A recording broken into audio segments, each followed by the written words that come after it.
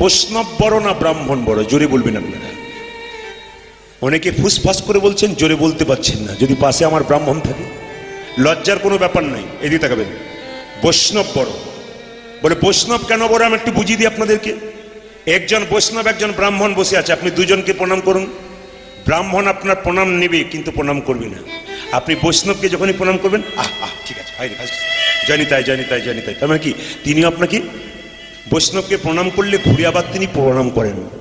সবাই বৈষ্ণব নয়, এদিকে তাকাবেন নয় না, সবাই বৈষ্ণব নয়। বৈষ্ণব কারা, ব্যাখ্যাটা জানতে হবে কারা বৈষ্ণব।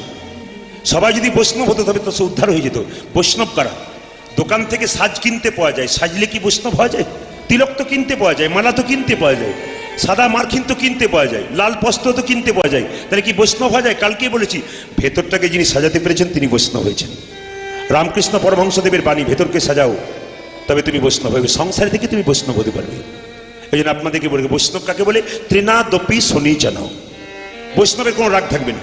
যিনি প্রকৃত বৈষ্ণব হবে, একবার টেস্ট করে দেখবেন, একটা খারাপ কথা বলবেন, দেখবেন উনি রাগ করবেন না, হরে কৃষ্ণ বলে চলে যাবে।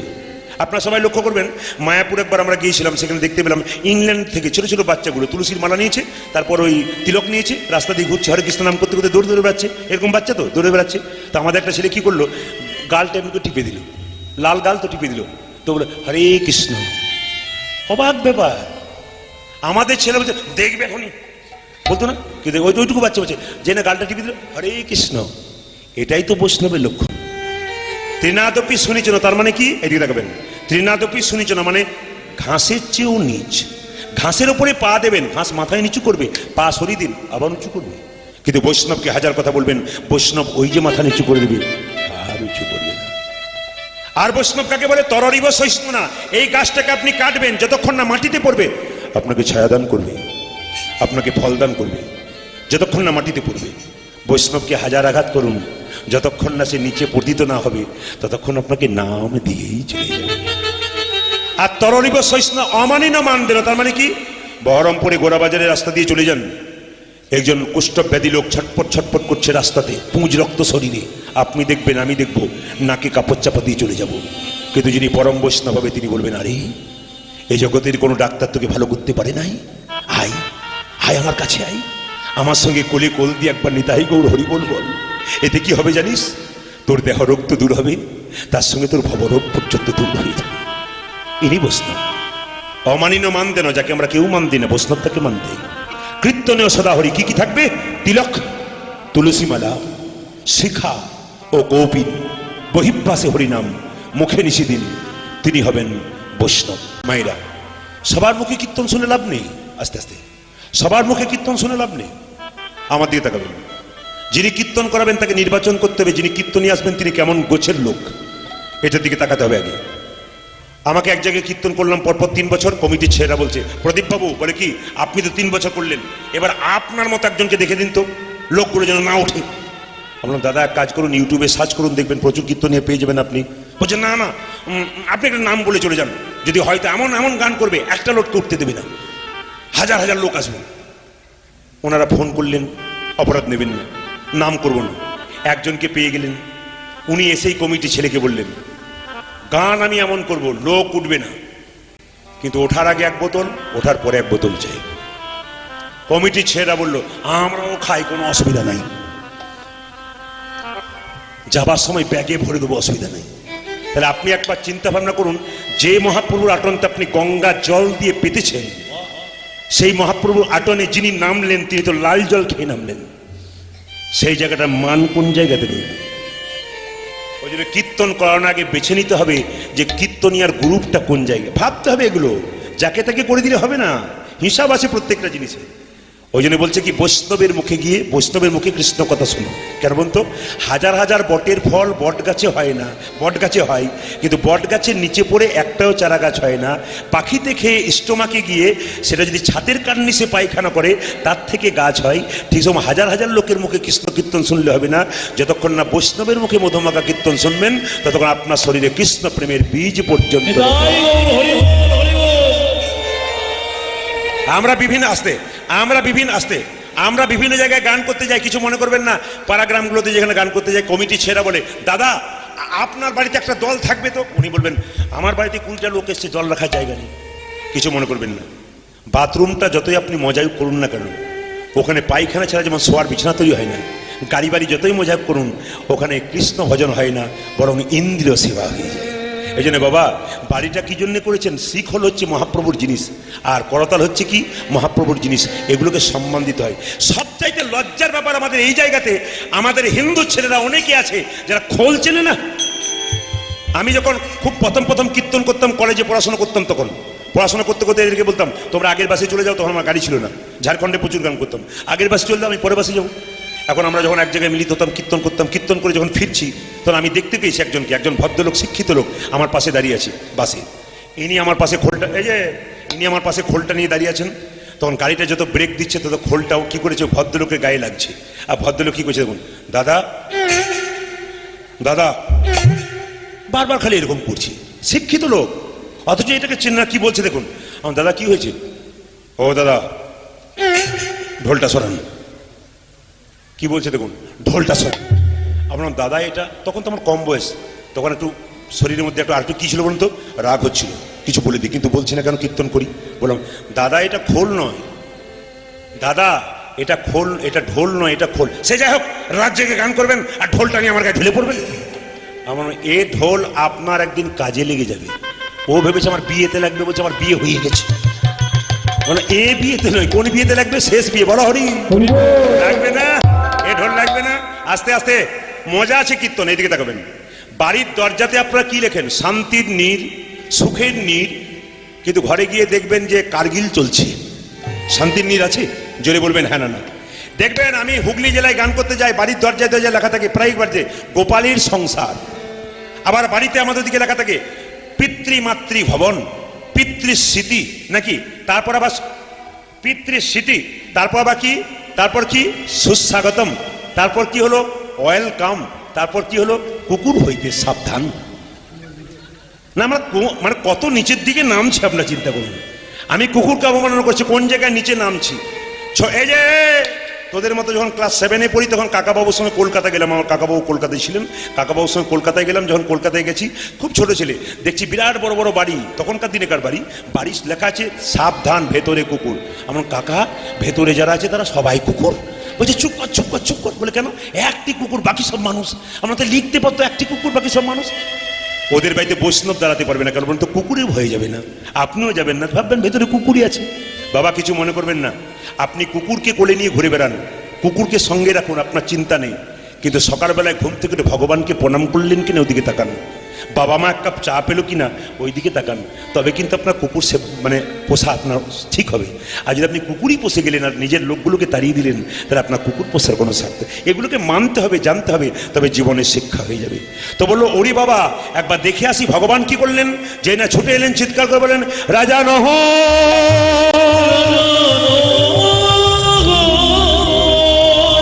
আপনারা উত্তর দেবেন, লীলাটি নতুন অনেকে শোনা নেই, উত্তর দেবেন। ভগবান এলো কোন বেশ ধারণ করে? বালক বৈষ্ণব ব্রাহ্মণের বেশ। কোন রাজার কাছে? নহুষ রাজার কাছে। কেন এলো? পরীক্ষা করার জন্য। দেখতে পেল নহুষ রাজা দান করছে হাসি মুখে, আর প্রচুর লোক লাইন দিয়ে দাঁড়িয়ে আছে, মনে মনে ভাবছে দাঁড়াও তোমাকে পরীক্ষা করব। কি করলেন? রাজা নহ এমন ডাক দিল, নহুষ রাজা বলল কে ডাকে আমায়, কে ডাকে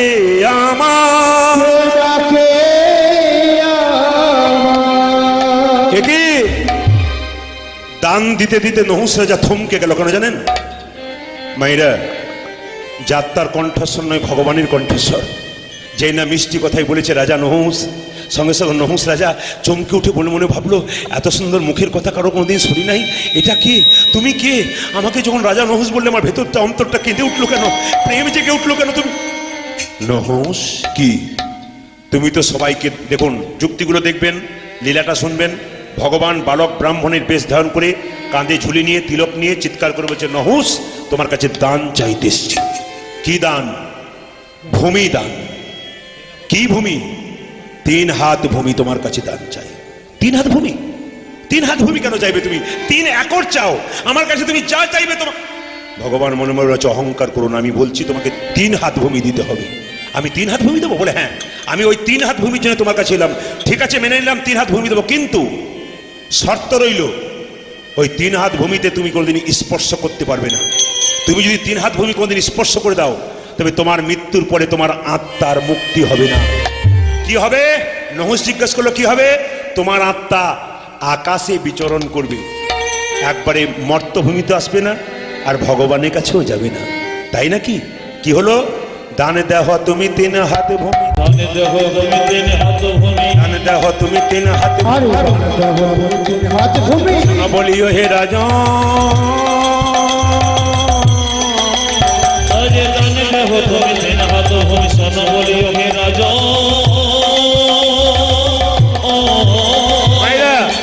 3 হাত ভূমি মানে কি? 3 হাত জায়গা, বুঝতে পেরেছেন তো? কিভাবে বলছে? দানে দেহ তুমি 3 হাত ভূমি, দেহ তুমি 3 হাত ভূমি, দানে দেহ তুমি 3 হাত ভূমি, শোনো বলিও হে রাজা, আরে দানে দেহ তুমি 3 হাত ভূমি, শোনো বলিও হে রাজা। তুমি শপথের দানে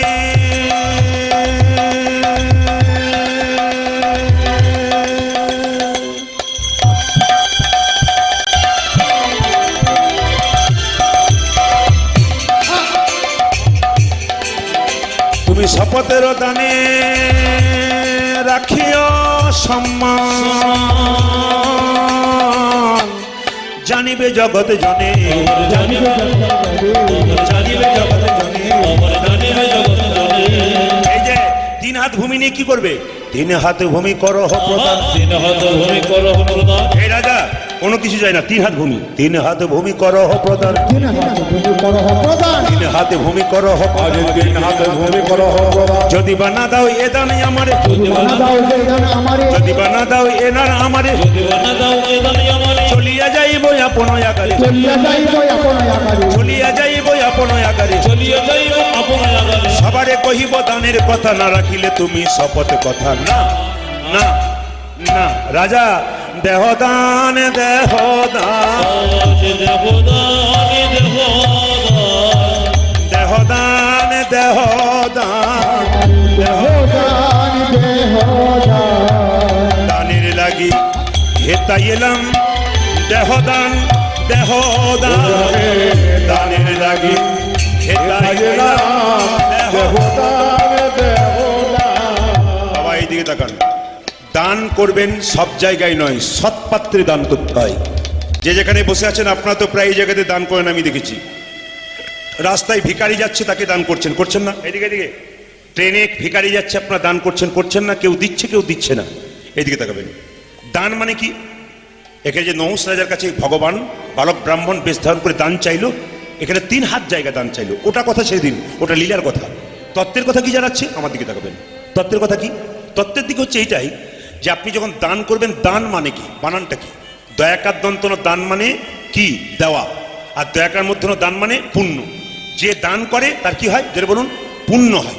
দয়াকার দন্তন দান করলেন, দয়াকার মধ্যন দান মানে পুণ্য হয়ে গেল। এবার আপনাদের বলে যাই, দান করবেন সৎপাত্রে।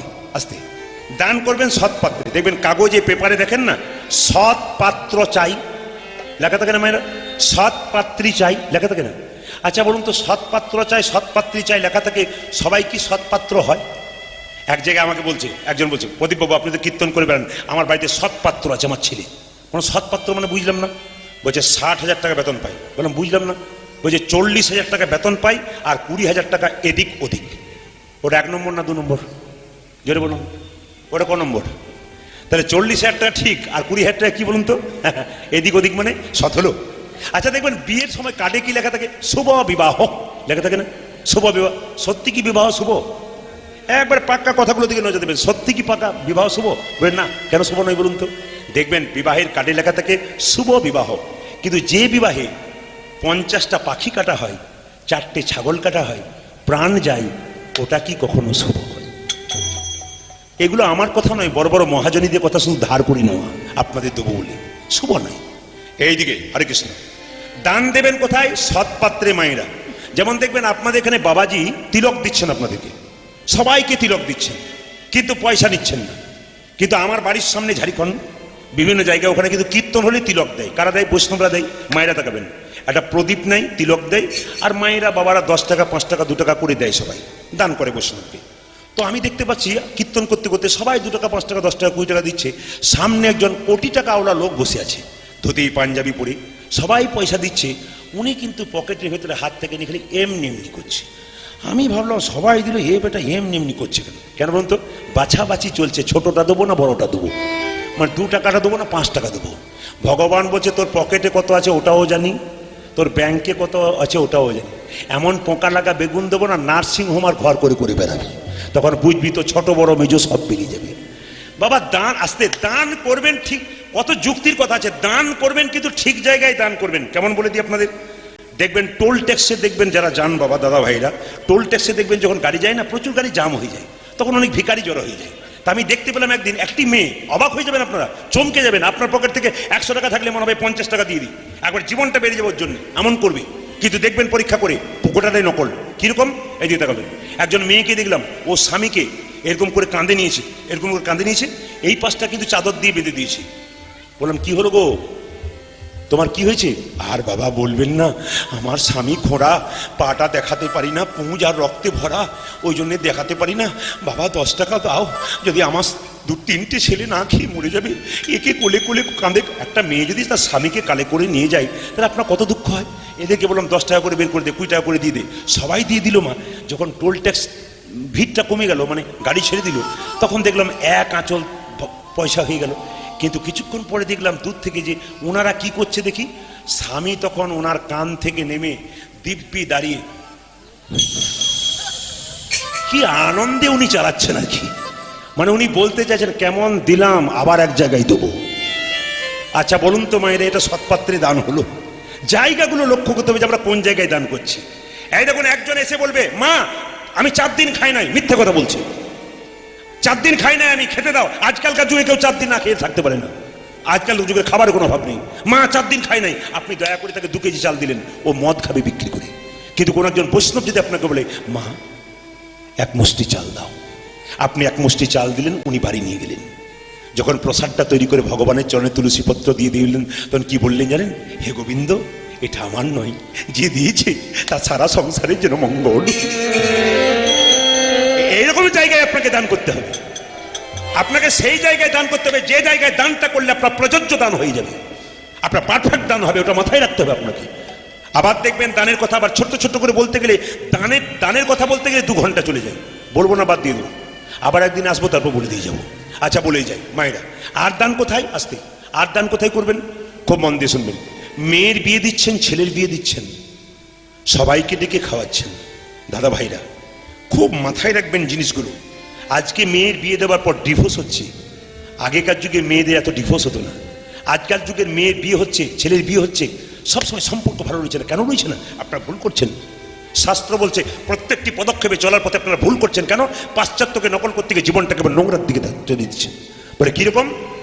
ছেলের বিয়ে দেবেন, মেয়ের বিয়ে দেবেন, 1000 লোককে নিমন্ত্রণ করে খাওয়াবেন, কিন্তু ওর ফাঁকে যেন মনে থাকে সবাইকে নিমন্ত্রণ করে খাওয়াবো। যাদেরকে নিমন্ত্রণ করছি তারা তো 4 চাকা গাড়িতে এসে খাবে, বসে খেয়ে চলে যাবে, ওরা ভগবানকে দিয়ে কোনোদিন খায় না। এমন একজনকে খাওয়াবো যে ভগবানকে দিয়ে তারপর খাই। একে খাওয়াতে হবে কেন বলুন তো?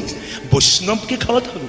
আপনি 2000 লোক নিমন্ত্রণ করলেন, লোককে দেখালেন দেখ আমরা কত ক্ষমতা, 2000 লোক খাওয়ালাম, কিন্তু যারা খেলো তারা কি করলো? ভগবানকে দিয়ে খেয়েছে। ভগবানকে দিয়ে যারা খায় না তারা খেয়ে চলে গেল, তাদের খাওয়াতে কি লাভ হলো আপনার? তাদেরকে নিমন্ত্রণ করবেন না তা নয়, সবাইকে নিমন্ত্রণ করবেন, কিন্তু মাথায় রাখবেন তাকে নিমন্ত্রণ করবেন কাকে? যিনি ভগবানকে দিয়ে খায়। আপনি ওদেরও নিমন্ত্রণ করুন, আবার একদিন মেয়ের বিয়ে দিন আর ছেলের বিয়ে দিন 10 জন বৈষ্ণবকে ডেকে খাওয়ান। তফাৎটা দেখুন কিরকম। এও প্রেজেন্টেশন দেবে বৈষ্ণব, আর যে 4 চাকাতে এলো সেও প্রেজেন্টেশন দেবে। যে 4 চাকাতে খেয়ে গেল তাকে জিজ্ঞেস করবেন কেমন খাবার হলো। কেউ যদি জিজ্ঞেস করে খাবারটা তো ভালো হলো, পোলাওটা ভালোই হয়েছিল, কিন্তু বাদামগুলো পোড়া পোড়া হয়ে গেছিল। উনি খেলেন, একটা 2000 টাকা প্রেজেন্টেশন দিলেন, ওটা 2 বছর যাবে, তারপর নষ্ট হয়ে যাবে। কিন্তু বৈষ্ণবকে যদি আপনি তরকারিতে নুনও দিয়ে দেন, কেমন হয়েছে? আহ মা, অমৃত খেলাম। প্রসাদের কোনোদিন বদনাম করতে আছে না গো, অমৃত খেলাম। তবে আশীর্বাদ করে যাবেন না? আমি তো আশীর্বাদ আগেই করে দিয়েছি। বলে কি? তোমার মেয়ের স্মৃতির সিঁদুর যেন দীর্ঘায়ু হয়ে যায় মা। উনি যে প্রেজেন্টেশন দিলেন ওটা 2 বছর থাকবে, তারপর শেষ হয়ে যাবে। আর বৈষ্ণব যে প্রেজেন্টেশন দিল ওটা সারা জীবন ধরে তোমার। হরি বল হরি বল। আগে এই জায়গাগুলোকে ধরতে হবে। কীর্তন শুনে কোনো লাভ নাই, সংসারে থেকে কোনো লাভ নাই যদি এই জায়গাগুলো ঠিক না করতে পারি। আমরা আগে এই জায়গাগুলো ঠিক করতে হবে। দান দিলে কি হয় এটা আগে জেনে নিতে হবে। সবাই মিলে লক্ষ্য করুন, যে যেখানে বসে আছেন, নহুষ রাজাকে বললো তোমাকে দান দিতে হবে 3 হাত ভূমি। যখন আচ্ছা বাবা, দানের কথা যখন এলো তখন বলে রাখি, আপনার সবাই মিলে একটু এই ভজনটা গাইবেন। আর তার ফাঁকে কিন্তু আমার দাদা ভাইরা একবার যাবে আপনাদের সামনে আজকে দানের কথা করতে। হরে কৃষ্ণ হরে কৃষ্ণ হরে কৃষ্ণ। খুব কষ্ট করে এসছেন উনি। বেশ বেশ, হরে কৃষ্ণ। ঠিক আছে, ওনার হাতে পায়ে প্রচন্ড যন্ত্রণা, খুব কষ্ট করে না।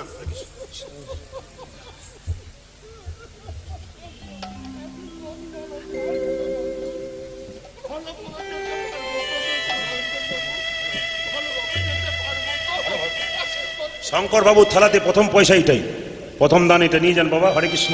এইদিকে এই বৃদ্ধ ব্যক্তির প্রণাম করবেন না, এই বৃদ্ধ ব্যক্তির প্রথম পয়সা। উনি বলছেন আমি আর ঘরে বসে থাকতে পারলাম না, নিতাই গৌর হরিবল। হরে কৃষ্ণ। আশীর্বাদ করুন। উনি একটা দারুণ কথা বললেন, ঠিক পথে যেতে পারবো তো? আপনাদের কাছে নিবেদন রইল, এই মানুষটাকে দেখে শিখতে হবে। কেন বলুন তো? ইনি যেদিন কম বয়স ছিলেন সরকার সংসারের জন্য কিছু করেছেন। বাবা এইরকম একদিন ভুগতে হবে। শরীর যখন বার্ধক্য যন্ত্রণা হয় না বা বয়স হয়ে যায় না, সবার জীবন এরকম আসবে।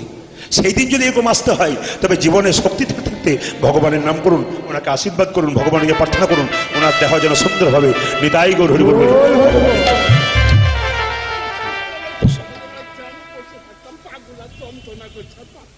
পায়ের যন্ত্রণা তো উনি বসে থাকতে পারছেন, নিতাই গৌর হরি হরি বল। হরে কৃষ্ণ।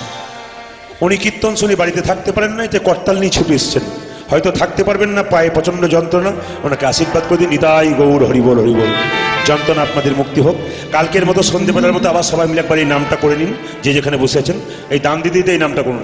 দাদা ভাইরা মায়েরা আপনার 3 দিকে একটু 3 দিকে ভাগ হয়ে যান, তাহলে খুব তাড়াতাড়ি হয়ে যাবে। 3 দিকে ভাগ হয়ে যান আর আপনার একটু পয়সাটা বের করে নিয়ে এই নামটা করতে করতে কালকের মতো সবাই মিলে হরে কৃষ্ণ নাম, সবাই মিলে এই নামটা করুন। সবাই মিলে হরে কৃষ্ণ হরে কৃষ্ণ, একসঙ্গে কৃষ্ণ কৃষ্ণ হরে হরে বলুন। হরে রাম রাম রাম হরে হরে বলুন। হরে কৃষ্ণ হরে হরে কৃষ্ণ কৃষ্ণ কৃষ্ণ হরে হরে হরে রাম হরে হরে রাম। মায়েরা আমি আপনাকে বলবো সবাই মিলে ইনাকে দেখে লক্ষ্য করুন। একদিন আজ কত বয়স হয়েছে আমি ঠিক জানি না, কিন্তু এই বয়সে এসে 70 বছর, এই বয়সে এসে ইনি কিন্তু বুঝতে পারছেন যে এইটা ছাড়া কোনো পথ নাই। শরীরে যত যন্ত্রণা ব্যাধি এই করতাল কীর্তন ছাড়া কোনো উপায় নেই। সবাই মিলে বলুন হরে কৃষ্ণ হরে কৃষ্ণ কৃষ্ণ কৃষ্ণ হরে হরে হরে রাম বলুন। রাম রাম হরে হরে মুখে বলুন। হরে কৃষ্ণ হরে কৃষ্ণ কৃষ্ণ কৃষ্ণ হরে হরে হরে রাম রাম হরে হরে। জপরে নাম অবিশ্রাম 16 নাম 30 অক্ষর, মানবে জনম দুর্লভ জনম, এমন জনম হবে না। হরে কৃষ্ণ হরে কৃষ্ণ কৃষ্ণ কৃষ্ণ হরে হরে হরে রাম রাম রাম হরে হরে। হরে কৃষ্ণ হরে কৃষ্ণ কৃষ্ণ কৃষ্ণ হরে হরে হরে রাম রাম রাম হরে হরে বলুন বলুন। হরে কৃষ্ণ হরে কৃষ্ণ কৃষ্ণ কৃষ্ণ হরে হরে হরে হরে রাম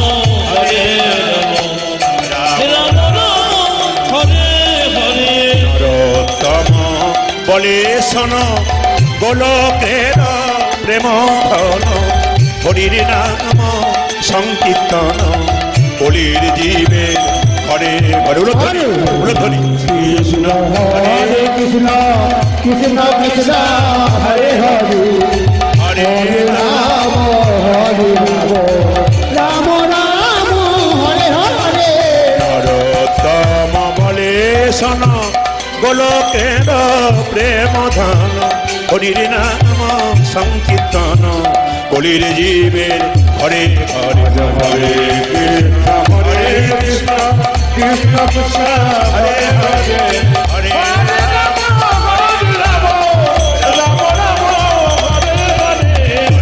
কৃষ্ণ হরে কৃষ্ণ কৃষ্ণ কৃষ্ণ হরে হরে হরে হরে রাম রাম রাম হরে হরে রাধা রানী কি জয় শ্যাম সুন্দর কি মদন মোহন কি হরিবাসর কি আপন আপন গুরুদেব কি নিতাই গৌর হরি হরি হরি এই দিকে তাকান তাহলে ক হাত জায়গা চেয়েছিল জোরে বলুন একবার জোরে বলবেন ক হাত 3 হাত জায়গা আচ্ছা বাবা হ্যাঁ বাবা লাঠিটা নিন, লাঠিটা নিন।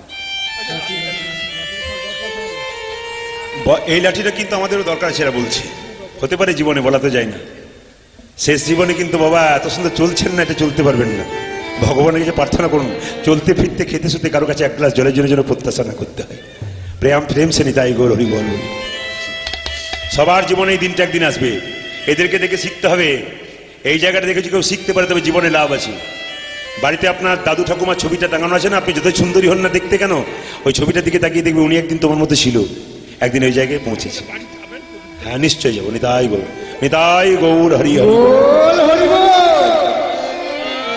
দান করেছেন বসো বসো দান করেছেন 3 হাত ভূমি বাবা ইনার জায়গাতে এলাম আমি নহুষ রাজার একদিন বয়স হয়ে গেল উনি শপথ করেছিলেন কি 3 হাত জায়গাতে আমি স্পর্শ করবো না যদি স্পর্শ করি আমার মৃত্যুর পরে আত্মা শান্তি হবে না কোনোদিন দেহও পাবে না স্বর্গেও যাবে না তাহলে কি করা যায় ও মাইরা একদিন নহুষ রাজার বয়স হয়ে গেল এই দিকে তাকাবেন যখন মানুষের বয়স হয়ে যায় বাবা তখন দেখবেন বাচ্চা ছেলের মতো স্বভাব হয়ে যায় দেখবেন আপনারা আপনি বলবেন বাবা তোমার সুগার হয়েছে মিষ্টি খেও না না আমি খাবো আমাকে দিতেই হবে কেন বলুন তো বাচ্চা ছেলে আর বয়স্ক মানুষ সমান ওই জন্য আপনাদের কাছে নিবেদন কালকে বলে গেছি বাবা মা বা শ্বশুর শাশুড়ি যদি বয়স হয়ে যায় আপনি তাকে সম্মান করুন যতই রাগ হয়ে যাবে কেন বলুন তো ও তো বাচ্চা ছেলে মতো কেন যখন আপনি তার বাড়িতে ঢুকলেন তখন আপনার কি বললো আমার মা এসেছে গো বৌমা যখন বাড়িতে ঢোকে তখন শ্বশুর কি বলে শ্বশুরমশাই কি বলে আমার মা এসেছে গো মা মানে কি আপনাকে যে মা বলে ডাকলো কেন মা বললো ওরে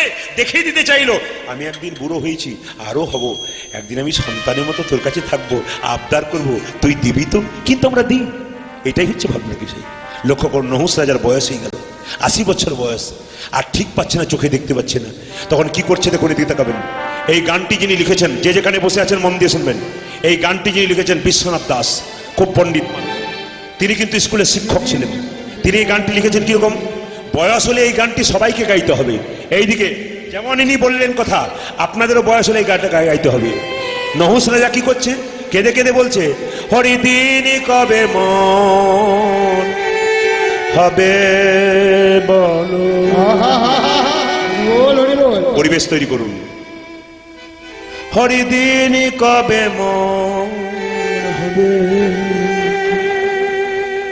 এই জায়গাটি আস্তে আস্তে যে যেখানে বসে আছেন খুব ভেতরে নেবেন জায়গাটি যখন দেখবেন আপনার শরীরে আর চলৎ শক্তি থাকবে না চোখে দেখতে পারবেন না কানে শুনতে পারবেন না বাড়ির লোক আপনাকে যা তা কথা বলবে তখন আপনি নিজের ধিক্কারে বলবেন নহুষ রাজা ধিক্কারে বলছে হরিদিন কবে মন হবে বলো হরিদিন কবে মন হবে আমি আশায় আশায় বসে রইলাম তোমার দেখা পাবো কবে বলো হরিদিন কবে হবে বলো ধীরে হরিদিন কবে চরিত্রটা বলি আগে আস্তে আস্তে শব্দ নেই, মা একটু বসুন বসুন বসুন, একবার শব্দ নেই, আস্তে আস্তে জায়গাগুলো ধরতে হবে কিন্তু, নইলে ডিস্টার্ব হয়ে যাবে। বিশ্বনাথ দাস স্কুলের শিক্ষক, একটি মাত্র ছেলের বাবা, কম বয়সে স্ত্রী মারা গেছে বাচ্চাকে জন্ম দিয়ে। তিনি খুব সুন্দর লিখতে পারতেন। আজকে লিখছে কোন সময় জানেন এই গানটা? বাড়ির সবাই যখন আর দেখে না, নাতিটাকে জিজ্ঞেস করছে, দাদু ভাই তোর মাকে এক গ্লাস জল দিতে বলতো। যখন কি করলো দেখুন, এদিকে তাকান, যখন ছেলেটি গেল মাকে বলল জল দাও, দাদু জল চাইছে, তখন বলছে এখন আমার দেরি আছে, একটু পরে দেবো, বলে দে, এত জলে কিসে, তেষ্টা কিসের, পরে দেবো। দাদু, আমার মা বললো এখন জল দেবে না, একটু পর দেবে। তখন তিনি মনে মনে ভাবছেন, আহ এই সংসারের জন্য এত করলাম, পেলাম কি? শেষে কি এই জিনিসটাই পেলাম? গানটি আবার লিখছেন, হরি দিনে কবে মন হবে বলো, হরি দিনে কবে মন হবে, আমি আশায় আশায় বসে রইলাম, তোমার দেখা পাবো কবে বলো, দিন কবে মোর হবে। এইদিকে একটি মাত্র ছেলে কাজ থেকে ফিরে এলো, বার্ধক্য যন্ত্রণা যখন বেড়ে যায়, বাবা এদিকে তখন কষ্ট হয় শরীরে, তখন ছেলের উপর ভরসা করে। খোকাকে হেমোপ্যাথি ওষুধ আনতে বলেছিল, সঙ্গে সঙ্গে ছেলেকে বলছে খোকা, এদিকে তাকান, এই লাইনটা লেখার পর ছেলেরও ফিরে জিজ্ঞেস করছে খোকা ওষুধটা এনেছিস? সঙ্গে সঙ্গে বলছে এত ওষুধ ওষুধ কেন কারো, ভগবানকে ডাকতে পারো না, এবার চলে গেলে বাঁচো, কত ওষুধ দেবো তোমাকে, অত কি মনে থাকে কাজে ফাঁকে? বাহ, এটাই কি পুরস্কার? তারপর লাইনটা দিচ্ছে, আসা যাওয়া ভবের মাঝে প্রভু তোমায় ডাকা হলো না, যা চাইব বলে ভেবেছিলাম চাওয়া হলো না, ওরে দিন কবে মন হবে বলো, দিন কবে মন হবে। এই কথাটা আমাদেরও তাই, আশা আশা যাওয়া, আশা আর যাওয়া, মাঝখানটাতে অপরাধ নেবেন না। আমি বড় লোক, প্রচুর টাকা আছে, এই তুমি গরিব লোক, তোমার টাকা নেই। কখন এলাম? যখন খালি হাতে, যাব যখন খালি হাতে। এখানে এলাম, যা করলাম এখানে রাখলাম, যাবার সময় কিছু নিয়ে গেলাম না। আমি বড় লোক, তুমি গরিব লোক। কলকাতাতে প্রচুর গান করি। বিষ্ণুপুর যদি কেউ যান, জয়নগর বিষ্ণুপুর, জয়নগর বিষ্ণুপুরের রাস্তাতে একটা শ্মশান আছে, ওখানে আমরা দাঁড়িয়ে একদিন দোকানে চা খাচ্ছি, হঠাৎ দেখতে পেলাম কি জানেন মায়েরা, এদিকে তাকান, একজন মারা গেছে, এসি গাড়িতে তাকে তিলক চন্দন দিয়ে ফুলের মালা দিয়ে নিয়ে আসা হচ্ছে, ওই শ্মশান ঘাটে নামানো হলো। আরেকজনকে আনা হলো কি করে, একটা টলিতে খড়ের দড়ি আর ছেঁড়া তালাই দিয়ে বেঁধে আনা হলো। সেই ভিখারি লোকটা কোনোদিন ওই বড় লোকের ঘরে যেতে পারে নাই, বাবু বাবু বলে দরজায় গেছে, একবারও কথা বলে নাই। আজকে দুজনকে চিতাতে পরপর সাজিয়ে দেওয়া হলো, যেন বলতে চাইছে গরিব লোকটা, হ্যাঁ গো যেদিন তুমি এসছিলে সেদিন এরকম এসছিলে, যাবার সময় এরো গেলাম, দুজন যেন গল্প করছে, ভাই ওরা দেখে আমাদেরকে দেখে শিখুক, জগতে আসা যাওয়ার ফাঁকে কেউ যেন বড় আর ছোট মনে করে না কেন, সবাই সমান আমরা। আসা যাওয়া ভবের মাঝে প্রভু তোমায় ডাকা হলো না, যা চাইব বলে ভেবেছিলাম চাওয়া হলো না, হরি দিন কবে মোর হবে বলো, দিন কবে মোর হবে। এর ফাঁকেটা তত্ত্ব দিয়ে দেবো, এর ফাঁকেটা তত্ত্ব দেবো আস্তে। ভগবান সবার বাড়ি যায়, অহংকারের বশে কেউ ভগবানকে ভুলবেন না। ভুলেছিল কে? ভীষ্ম। ভীষ্মকে চেনেন তো? সরসজ্জায় ছিল, কতদিন ছিল? আস্তে 58 দিন। গানটা কোনো বাকি আছে? মজাটা তত্ত্ব বলি, আজ এইদিকে তাকাবেন, কি বললাম? 58 দিন সরসজ্জায় ছিল। মরেছিল কোন দিন? মকর সংক্রান্তির দিন, মাথায় রাখবেন। ভীষ্ম মারা গিয়েছিল কোন দিন? মকর সংক্রান্তির দিন। ইচ্ছা মৃত্যু প্রকাশ করেছিল, ইচ্ছা করলে মরবে, না হলে মরবে না। কারো বাপের 7 দিনে তাকে মারতে পারে, কেন বলুন তো? ইচ্ছা মৃত্যু প্রকাশ করেছেন। বাবার নাম কি ছিল? শান্তনু রাজা। মায়ের নাম কি ছিল? মা গঙ্গা। সে গঙ্গাপুত্র ভীষ্ম আজকে সরাসজ্জায় বসে আছে, ছুঁয়ে আছে। দুর্যোধন, কুরুক্ষেত্রে যুদ্ধ হলো কতদিন? জোরে বলুন, কতদিন হয়েছিল? 18 দিন। 18 দিন যুদ্ধ হতে হতে এদিকে তাকাবেন, দুর্যোধনের সব ভাইগুলো এক এক করে মরে যাচ্ছে। দুর্যোধন চিৎকার করে ভীষ্মকে বলল, দাদু তোমার লজ্জা করে না? কি? ভাইগুলো সব কুরুক্ষেত্রে যুদ্ধে এক এক করে মরে যাচ্ছে, আর তুমি শুয়ে আছো, কিছু ব্যবস্থা করতে পারছো না? সঙ্গে সঙ্গে বলছে, আমার খাচ্ছ, আমার পড়ছ, কিছু ব্যবস্থা করছো না? মায়েরা, সব কিছু ভালো লাগে ধীরে, কেউ যদি খাবার খোঁটা দেয় না তবে গায়ে লেগে যায়। ভীষ্ম বলল, দুর্যোধন তুই আমাকে দাদু বলেছিস, আর আমাকে বলেছিস কি আমার খাচ্ছ, আমার পড়ছ, আর কোনো ব্যবস্থা? এদিকে আয়, আজকে রাত্রি 12টার সময় তোর স্ত্রী ভানুমতিকে আমার কাছে পাঠিয়ে দে। দুর্যোধনের স্ত্রীর নাম ছিল ভানুমতি। বলছে কি জন্য পাঠাবো? দুর্যোধনকে ভীষ্ম বলল, তোর স্ত্রীকে পাঠিয়ে দে, আমাকে প্রণাম করে দিক রাত্রি 12টার সময়, যে না প্রণাম করবে আমি হাত দুটো এরকম করে দেবো, আর তোর স্ত্রীর স্মৃতি সিন্ধু রক্ষয় থাকবে, তোদের কোনো ভাই আর মরবে না। রাত্রিবেলায় ভানুমতির কাছে গেলেন। কে? দুর্যোধন। শুনছ? বলে কি? দাদুর কাছে যাও। কি করব? প্রণাম করে দাও। প্রণাম করলে কি হবে? বলছে প্রণাম করলে তোমাকে আশীর্বাদ দিয়ে দেবে, আর আমার কোনো ভাই মরবে না। ভানুমতি বলল, আজকে যাব না, কালকে যাব। জীবনে কালই জীবনে কাল হয়ে যায় বাবা, খুব মাথায় রাখবেন, কালটা কিন্তু কাল হয়ে যায় জীবনে। ওই যে ভালো কাজ আমি কালকে বলেছি, ভালো কাজ শুভস্য শীঘ্রম, সঙ্গে সঙ্গে করবেন, কীর্তন ভগবান ভজন সবকিছু সঙ্গে সঙ্গে আজ থেকে শুরু করবেন, কাল থেকে নয়। লঙ্গে সঙ্গে বলেছে পাঠিয়ে দে। ভানুমতি বলল কাল যাব। সুযোগটা কে নিল? ভগবান কৃষ্ণ। মনে মনে ভাবলো, যদি ভানুমতি চলে যায় তাহলে শত ভাই যদি বেঁচে যায়, পঞ্চপাণ্ডব হেরে যাবে। আমি ভগবান পঞ্চপাণ্ডবের পক্ষে আছি, যদি হেরে যায় আমাকে ভগবান কেউ বলবে না। ভগবান সুযোগটা নিলেন। রাত্রি 12টার সময় দ্রৌপদীর বাড়ির দরজার দিকে ছুটে গেলেন। রাত্রি 12টা বাজছে, সেই সময় দ্রৌপদীর বাড়ি গেছে, চিৎকার, সেই সময় দ্রৌপদীর বাড়ি গেছে আর চিৎকার করে বলছে, দ্রৌপদী, দ্রৌপদী, দ্রৌপদী। কে? কে? আমি। প্রভু অসময় এলে কেন? ভগবানের কথাগুলো শুনুন, আমি যার বাড়িতে যাই সময়ে যাই না, আমি অসময়ে যাই। যাকে আমি ডাকি তার কোনো সময় নাই।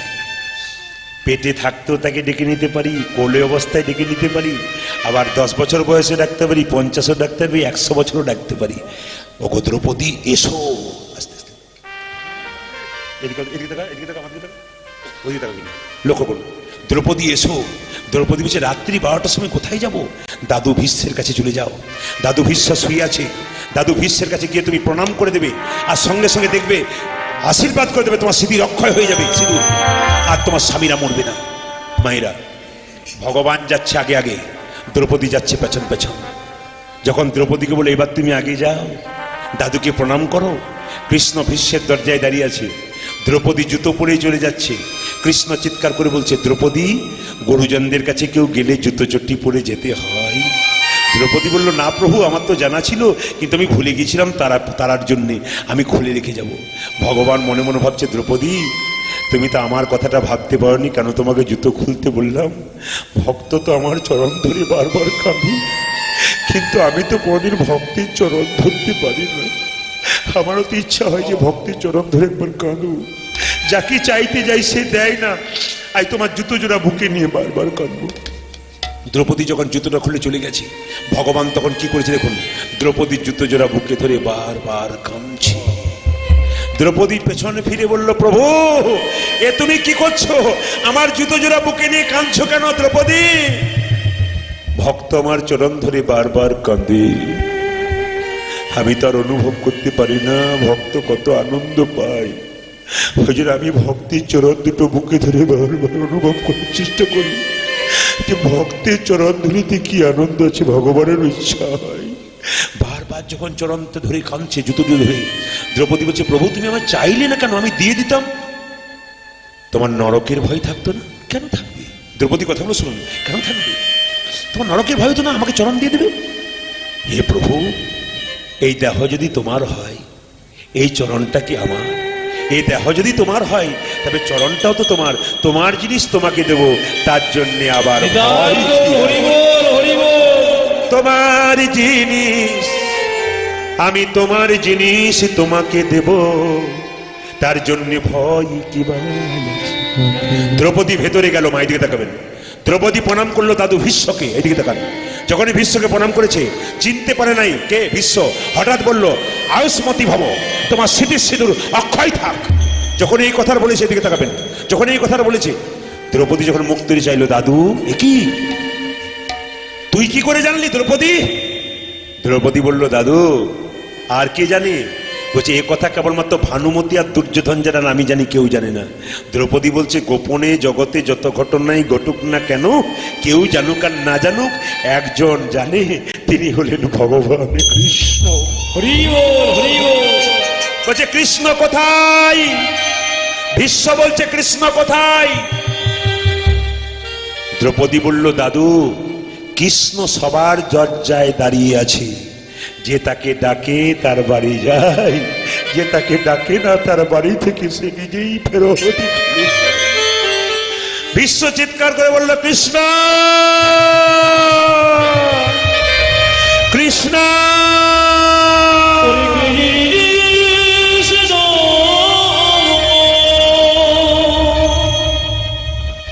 ভগবান ছুটে গেলেন বিশ্ব, জায়গাটা লক্ষ্য করুন, বিশ্বের কাছে ছুটে গেলেন।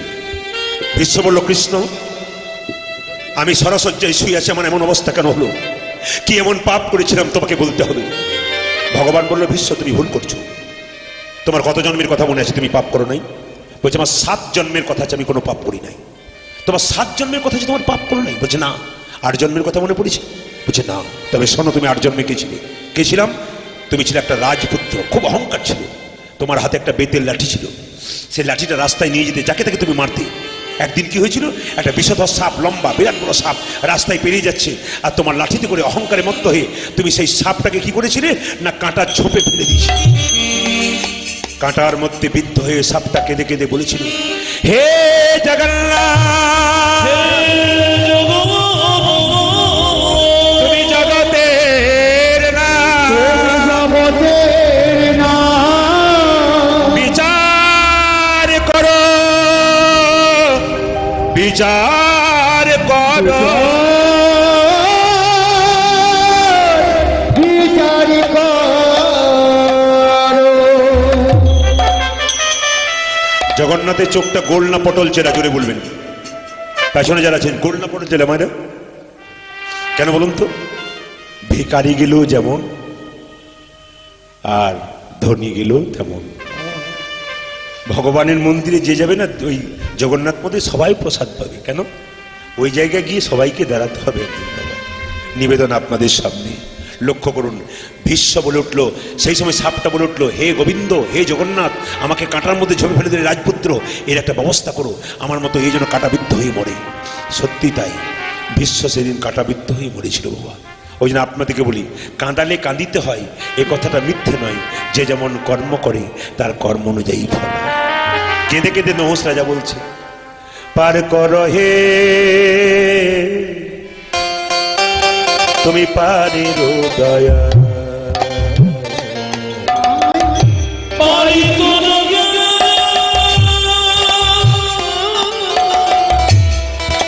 পরের দয়ালে হরি, পার করো হে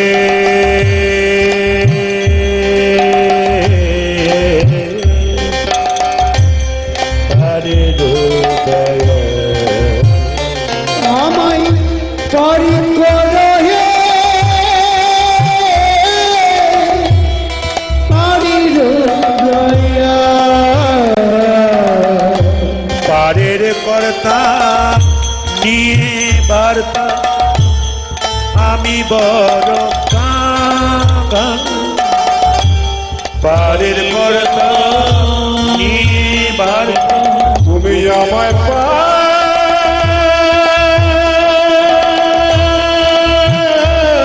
ধ্বনি দয়া লাগে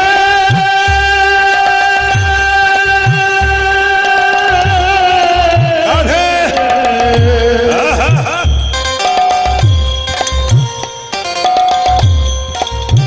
ওহে দয়া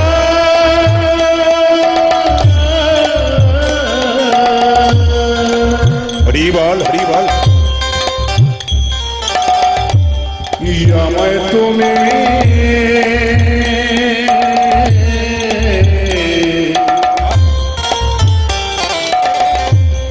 আমায় তুমি পার করো হে দয়া পার করো হে পার কর হে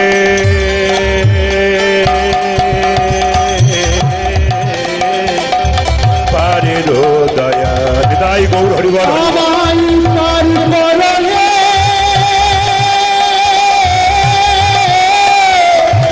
পারের কান্দন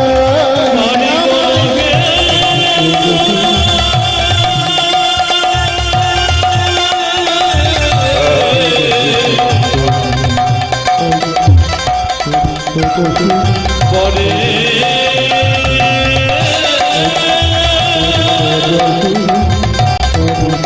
পরে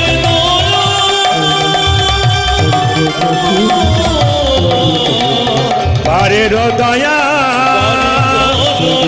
দয়া দয়া মায়েরা এই দিয়ে তাকান নহুষ রাজা এই গানটা গাইতে গাইতে হঠাৎ 3 হাত ভূমিতে স্পর্শ করে দিল উত্তর হলো চিৎকার করে আকাশবাণী হলো রাজা নহুষ তোমার অভিশাপ দিলাম তোমার 3 হাত ভূমি স্পর্শ করার কথা ছিল না তুমি স্পর্শ করলে তোমার মৃত্যুর পর তোমার আত্মা মুক্তি পাবে না মুক্তি পাবে না মুক্তি পাবে না প্রভু হে প্রভুকে হে দয়াময়